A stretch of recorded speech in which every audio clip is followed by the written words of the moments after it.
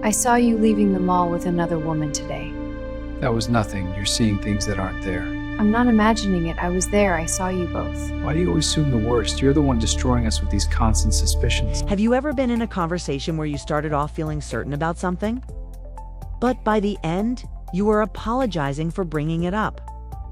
You might have felt confused, guilty, and even questioned your own memory.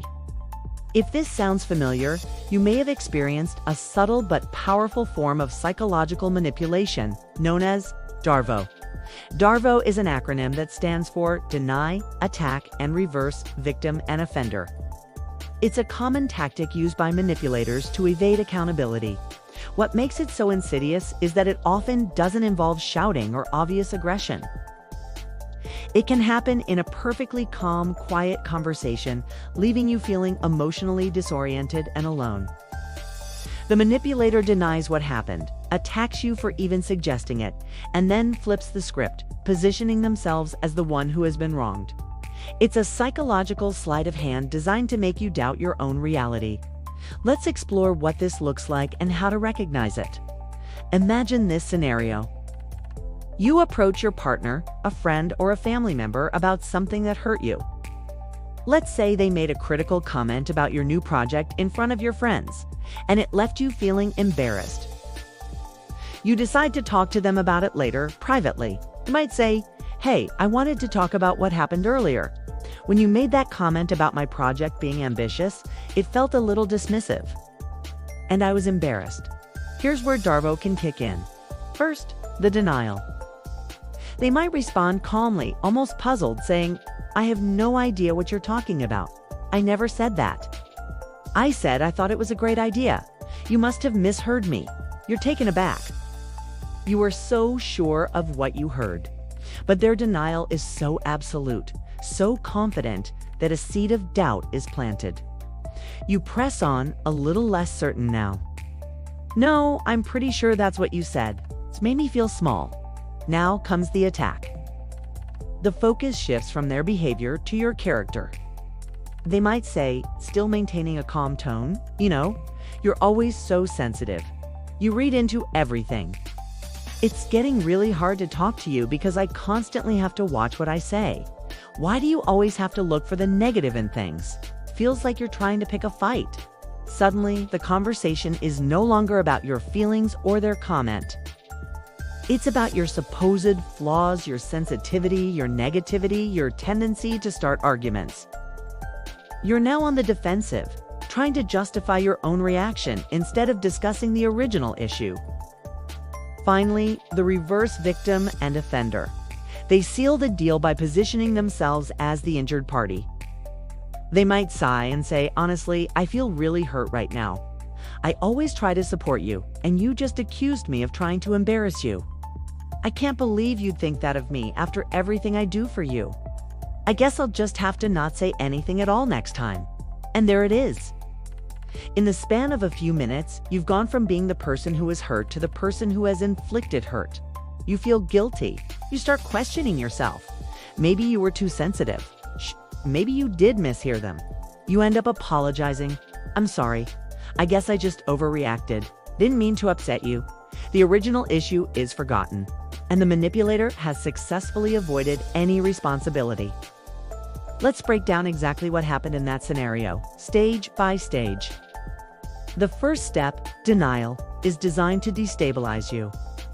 By flatly denying your reality, the manipulator forces you to question your own memory and perception.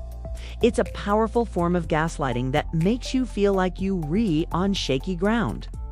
Your brain has to work overtime trying to reconcile your memory with their confident, contradictory version of events. This creates immediate cognitive dissonance and confusion. Next comes the attack. This is a strategic pivot. Instead of addressing the substance of your complaint, the manipulator attacks your credibility or your character. They target your right to even have the feelings you're having by labeling you as too sensitive, crazy, dramatic, or always looking for a problem. They shift the focus away from their actions and onto your supposed flaws. This tactic is incredibly effective because it puts you on the defensive. You are now forced to defend your personality or your sanity, which completely derails the original conversation. Finally, the most powerful stage, reverse victim and offender. This is where the emotional roles are completely flipped. The manipulator, who was the original offender, now claims the role of the victim. They express how hurt, disappointed, or attacked they feel by your accusation. You, the actual victim, are now cast in the role of the offender. This triggers feelings of guilt and empathy in most people. You see them looking hurt, and your natural instinct might be to comfort them and repair the relationship. You end up apologizing for bringing up your own pain. And the manipulator successfully escapes accountability while gaining your sympathy. So why is DARVO so devastatingly effective? It's not just clever words. It taps into deep psychological and physiological responses. When you're faced with a denial of your reality, an attack on your character, and a sudden role reversal, your brain experiences cognitive overload. It's trying to process conflicting information, defend itself, and manage the emotional whiplash all at once. This can be overwhelming. For many, this can trigger a freeze response in the nervous system. Instead of fighting back or fleeing the conversation, you might find yourself unable to think clearly, unable to find the right words, or simply shutting down. This is not a sign of weakness. It's a natural survival response to a perceived threat. In this case, a threat to your sense of reality and self-worth. Furthermore, if this pattern happens repeatedly within a close relationship, it can contribute to something called a trauma bond. This is a powerful emotional attachment to a manipulative or abusive person, where cycles of good and bad treatment create a strong, confusing bond. The manipulator's tactics can make you feel dependent on their approval, constantly trying to get back to the good times and avoiding any conflict that might trigger another DARVO cycle. If you've experienced this, I want you to hear this loud and clear. Your confusion is not your fault. It is a normal, human reaction to a deeply disorienting and manipulative tactic. The feeling of questioning your own sanity, your memory, and your worth is a direct consequence of this behavior. It is not a reflection of your inadequacy. Recognizing DARVO is the first and most powerful step toward reclaiming your reality. Simply being able to put a name to this experience can be incredibly validating. It helps you understand that you are not going crazy. You are being manipulated. This clarity is the foundation of self-trust. It's the starting point from which you can begin to set boundaries, protect your emotional well-being, and trust your own voice again. Your perception matters. Your feelings are valid. Thank you so much for watching and taking the time to learn about this important topic.